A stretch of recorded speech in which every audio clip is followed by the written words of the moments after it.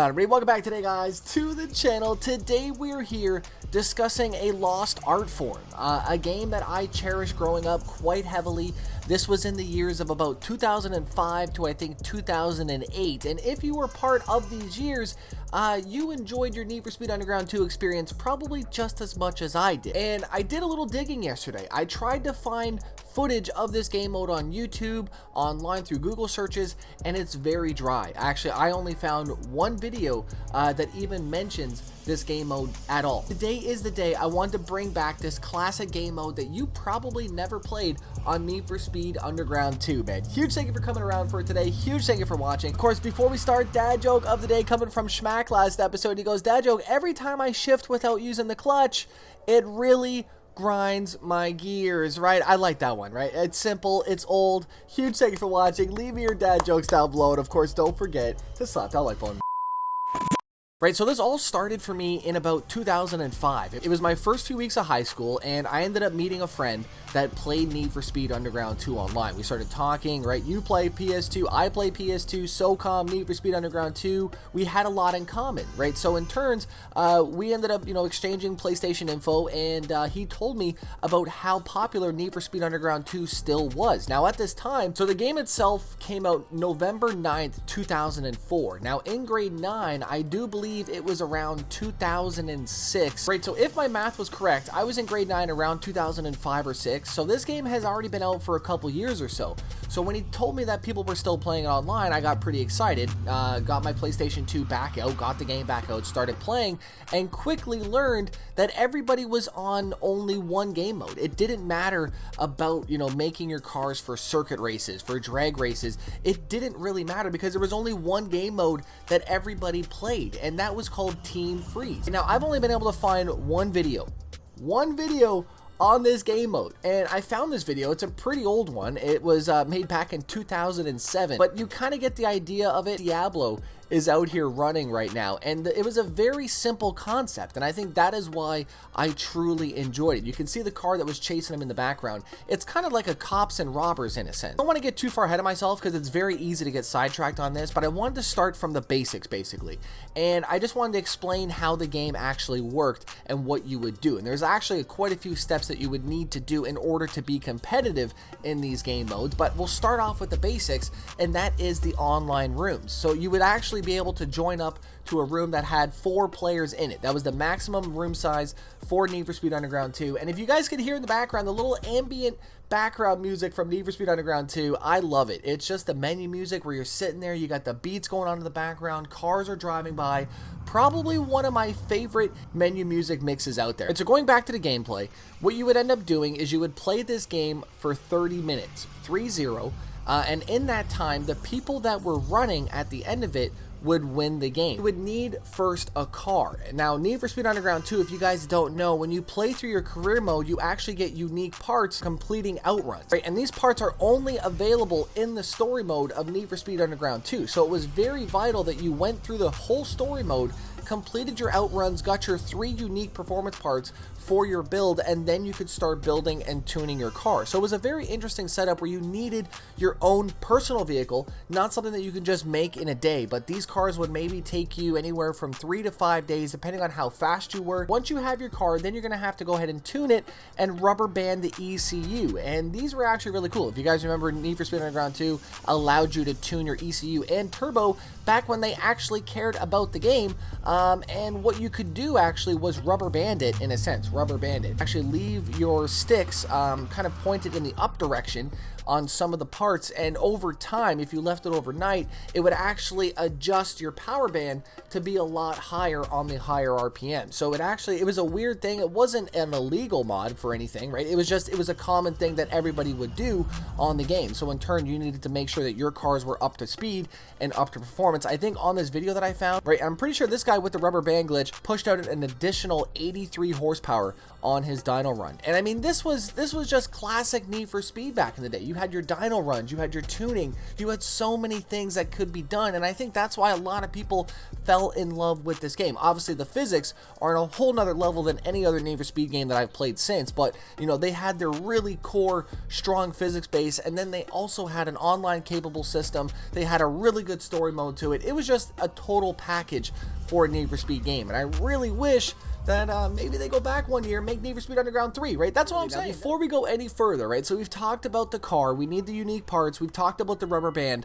I wanted to take it back a little bit and show you guys a trailer that apparently came out way back in February 26th of 2007.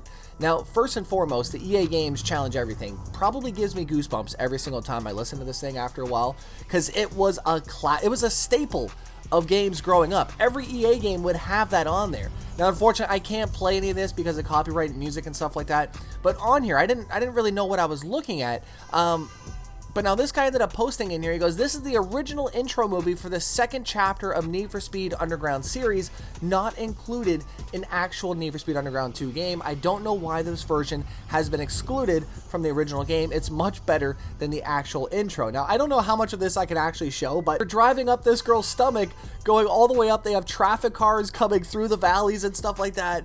It was probably a creative trailer. I don't know if it was the best trailer to go with, so I'm glad that they went with the one that they did, and apparently it was real. We did have one here from Oric, and he goes, this actually used to be a teaser trailer for Need for Speed Underground 2 back in its day, not an intro. Still remember downloading it from 56K modem for half an hour, man. That is actually really cool. What a throwback, though. All right, so before we talk about actually starting the game, it's very crucial to understand what was playable on this game mode. Obviously, 30 minutes is a long time to play, right? So the clock starts as soon as you launch the game. And so the city was separated into 3 different spots here. We had Jackson Heights right in the middle here. We had Beacon Hill up on the top and Cole Harbor down at the very bottom. Now you would start off at the very top, right at the separation spot here. So the start of this right there. So this guy right here, he started here, but you would actually back up, and this wall right here, you would line your car up horizontally against the wall, and what you would end up doing is just slowly pushing against it, and when you pushed against it, it would pop you in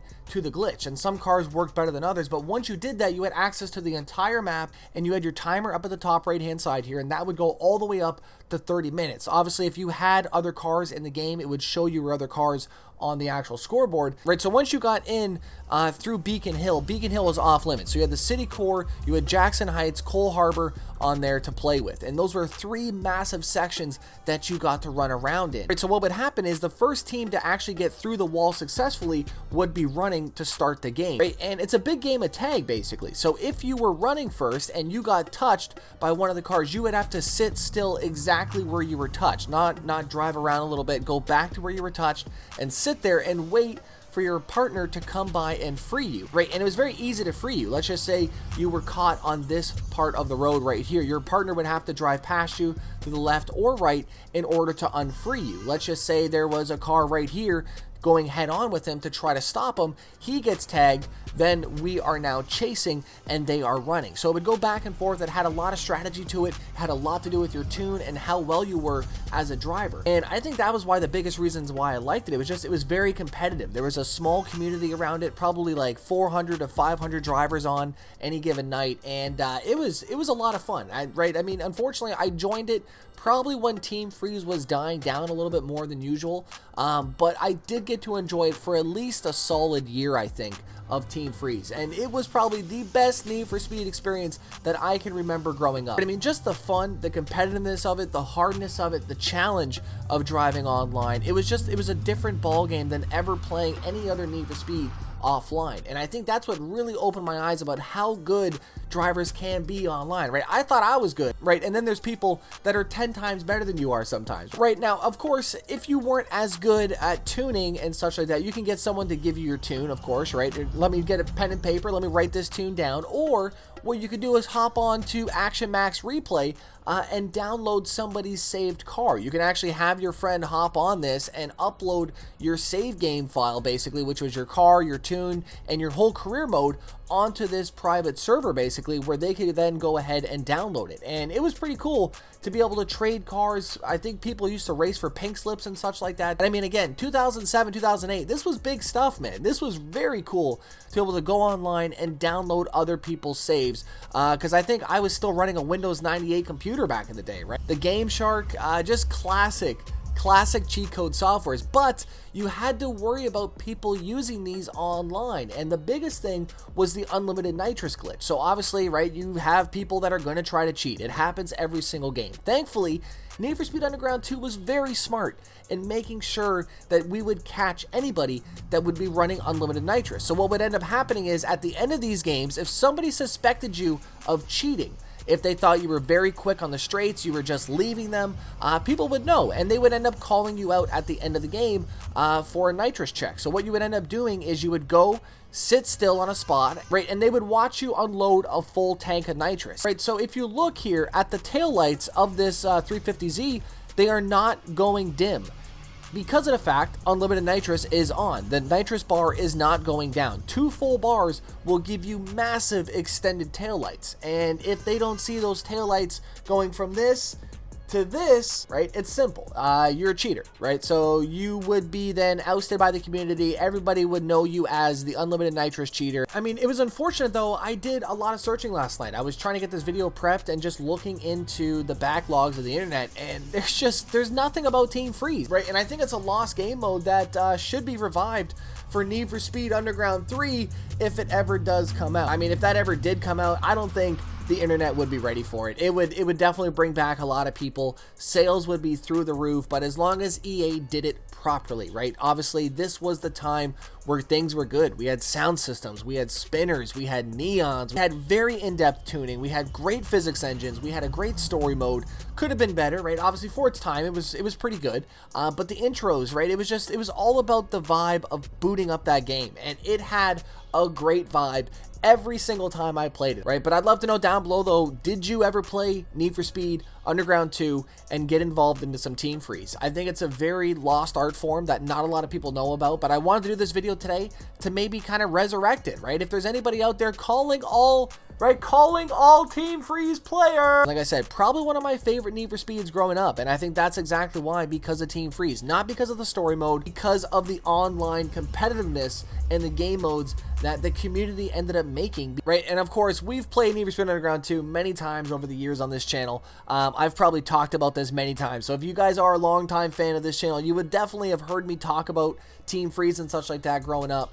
Yeah, this was definitely just a throwback for my own self as well too. I just wanted to go back and relive the memories of Underground 2. And I think that's one of the biggest things, is that so many people are holding on to this game. It's like, when do we let go of Underground 2? I don't know, man. I don't think I can let go of this game, man. Let me know if you guys can down below. Huge thank you for coming around for today. I'll see you guys back here tomorrow. Let me know if you guys enjoyed this face cam style.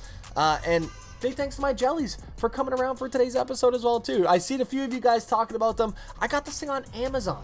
It was on Amazon. Perfect. It was like 30 bucks, man. I love it. Runs on batteries or power cable. I think I threw out the power cable, unfortunately, man. Right, so we're running on batteries. Huge thanks for watching. I'll see you guys back here tomorrow. I'm out. Peace.